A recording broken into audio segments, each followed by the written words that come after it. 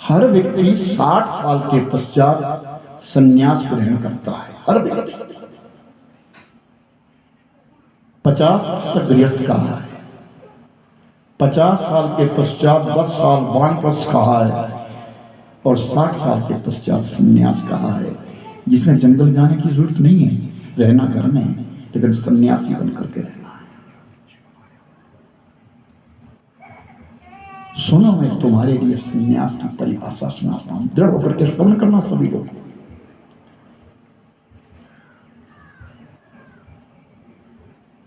एक मैंने प्रश्न किया, बाबा कहते कि मैंने प्रश्न किया, किससे? दत्तात्रेय। ब्रह्म विष्णु और महेश का एक ही स्वरूप दत्तात्रेय, सती अनुसुईया के पुत्र, अत्रि ऋषि महाराज का संतान। मैंने प्रश्न किया था संन्यास क्या है, तो राजन उन्होंने कहा मेरे 24 गुरु हैं, उन 24 गुरुओं से जो मुझे ज्ञान मिला है वो संन्यास की ओर ले जाता है। सुनो राजा, पहला गुरु मेरा ये पृथ्वी है, ये धरती है। एक संत को 60 साल के पश्चात हर व्यक्ति की संत संज्ञा होती है। एक संत को पृथ्वी के समान सहनशीलता जानी चाहिए। खोद खाद धरती सहे, इस धरती को जितना मर्जी खोदो बेचारी कुछ नहीं छोड़ती। मैंने अपने जीवन में सहनशीलता जो सीखी है वो धरती से सीखी। ये पृथ्वी मेरा पहला गुरु है। दूसरा गुरु मेरा वायु है, पवन। चलती है, बहुत तेज भी चलती है, मगर किसी को नजर नहीं आती। पवन चलती है, हवा चलती है, लेकिन कोई देख सका? हवा को कोई नहीं देखता। उसी प्रकार संतों को भी दूसरों का कल्याण करना चाहिए, लेकिन सामने नहीं आना चाहिए। परोपकार करो, भूल जाओ, पता ही नहीं दो कि मैंने किसी को सहारा दिया, पता ही नहीं दो। कभी ये दुनिया मुझे ना पहचाने, बस सीधी सी बात है कि दुनिया मुझे ना पहचाने, मैंने जो किया वो मुझे मालूम है और उस ईश्वर को मालूम है। तो वायु को जैसे कोई देख नहीं सकता, वैसे ही हमारे परोपकार को कोई देखे ना, इसलिए वायु मेरा दूसरा गुरु है। तीसरा गुरु मेरा आकाश। कैसे? मुख से निकली हुई जो वाणी है, जो परापश्यति और मध्यमा, 3 प्रकार की वाणी कही गई है, परापश्यति और मध्यमा। इस वैखरी से जुबान से जो शब्द निकला है वो आकाश में जाता है, जिसका कोई माप नहीं है। आज वैज्ञानिकों ने दुनिया को माप लिया, सब कुछ माप लिया, इस आकाश को कोई माप नहीं सका है। इसका कोई माप नहीं है।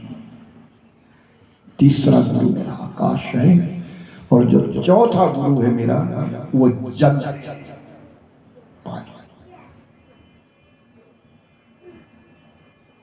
पानी जो है वो कैसा, उसकी स्थिति है। हर व्यक्ति को अपनी वाणी निर्मल चाहिए, जल जैसी चाहिए। कैसे? जल को कितना भी गर्म कर लो आप, कितने डिग्री पे उसको उबाल लो, गर्म कर लो, लेकिन उसका स्वतः स्वभाव है कि धीरे धीरे धीरे धीरे वहीं का वहीं आ जाएगा, ठंडा हो जाएगा। ऐसी वाणी बोलिए जो मन का आभाव होए, औरन को शीतल करे और आप भी शीतल हो। तुम्हारी वैखरी से, तुम्हारी जुबान से ऐसा शब्द बोलना चाहिए जो किसी को तीर ना लगे, मैंने जल को अपना चौथा गुरु बनाया।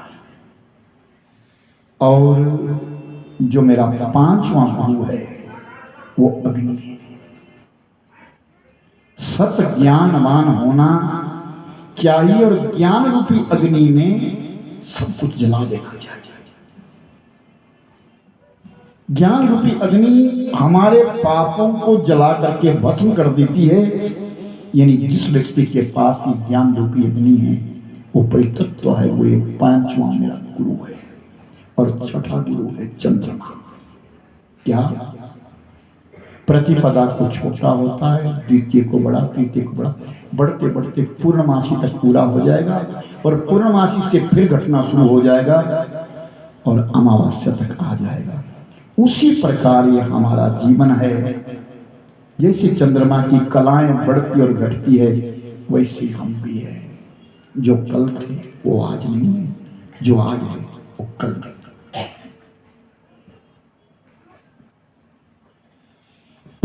छठा गुरु जो है मेरा चंद्रमा है और सातवां गुरु जो है मेरा सूर्य है। नित्य उदय होता है और समान दृष्टि से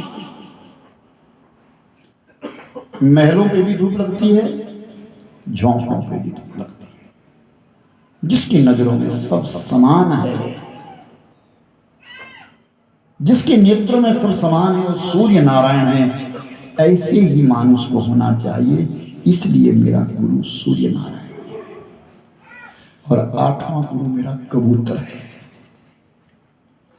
दाना डालने के जाता है और दाना जहां दाना डाला है वहां छूता है, लेकिन वो जाल में फंस जाता है। इंसान भी लालच में ही फंसता है, मोह में फंसता है। लालच इंसान को खा जाता है। कबूतर ने सिखाया है, अपने बच्चों से कहा वहां मत जाना, वहां जाल बिछा है, लेकिन बच्चे वहीं गए और फंस गए। उस कबूतर को मैंने अपना गुरु बनाया। अजगर करे ना चाकरी, पंछी करे ना काम, बास मधु का कह गए सबके दाता। अजगर एक ऐसा है जो महीनों महीनों भी भूखे रहता है और जब मिलेगा भरपूर खाएगा, पड़ा रहेगा। अजगर नाग, बहुत बड़े नाग है अजगर। मेरा नौवां गुरु अजगर है। 10वां गुरु जो है मेरा वो सागर है, समुद्र है। क्या संत को भी, इंसान को भी समुद्र जैसे गंभीर होना पड़ता है, होना चाहिए। सुनामी आती है तो सब कुछ ले जाती है, लेकिन सुनामी है, सागर कोई बाहर नहीं आता, वो मर्यादा में बसा है। उसी प्रकार इंसान को भी अपने समाज का कल्याण करने के लिए पग बांध रखना चाहिए, लेकिन समाज का कल्याण करना लेकिन गंभीर बंद कर देगा।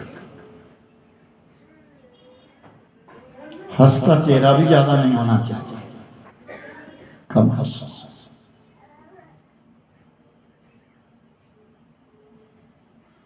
कल नीतीश क्या बोल रहा था, बोले एक बार हंसे तो सही, गद्दी के ऊपर थे तो हंसते ही नहीं, मैं कैसे लिखूंगा। बरसात के मौसम में वो पतंगा भागता है और कहीं जोत जगी है उसके ऊपर जाएगा, उसे पता नहीं कि मैं जल जल के मर जाऊंगा, लेकिन वो पतंगा फिर भी जाएगा और फंस जाएगा। और 12वां गुरु जो है मेरा भौरा है। क्या करता है? रस चूसता है। हमें भी जहां ज्ञान मिले ले लेना चाहिए, उस रस को खींच लेना चाहिए, उस ज्ञान को पी लेना चाहिए। रस चूसो, गंदगी को छोड़ो। और मेरा उसके पश्चात 13वां गुरु है वो मधुमक्खी है। क्या संत को भी मधुमक्खी की तरह रहना चाहिए। कैसे? संग्रह करना, इकट्ठा करना, लेकिन अपने लिए नहीं, फिर छोड़ दे। शहद दूसरों से काम आता है। तत्पश्चात मेरा एक गुरु हिरण है। कैसा संत को भी ग्राम गीत से प्रयोजन नहीं होना चाहिए।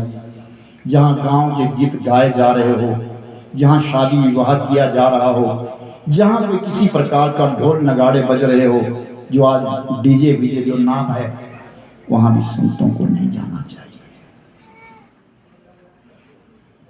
वहां ग्रामीण गीत नहीं श्रवण करना चाहिए, उससे मन चंचल होता है, मन बिगड़ता है। तत्पश्चात कहें कि वो हिरण मेरा गुरु है। कैसा कि कस्तूरी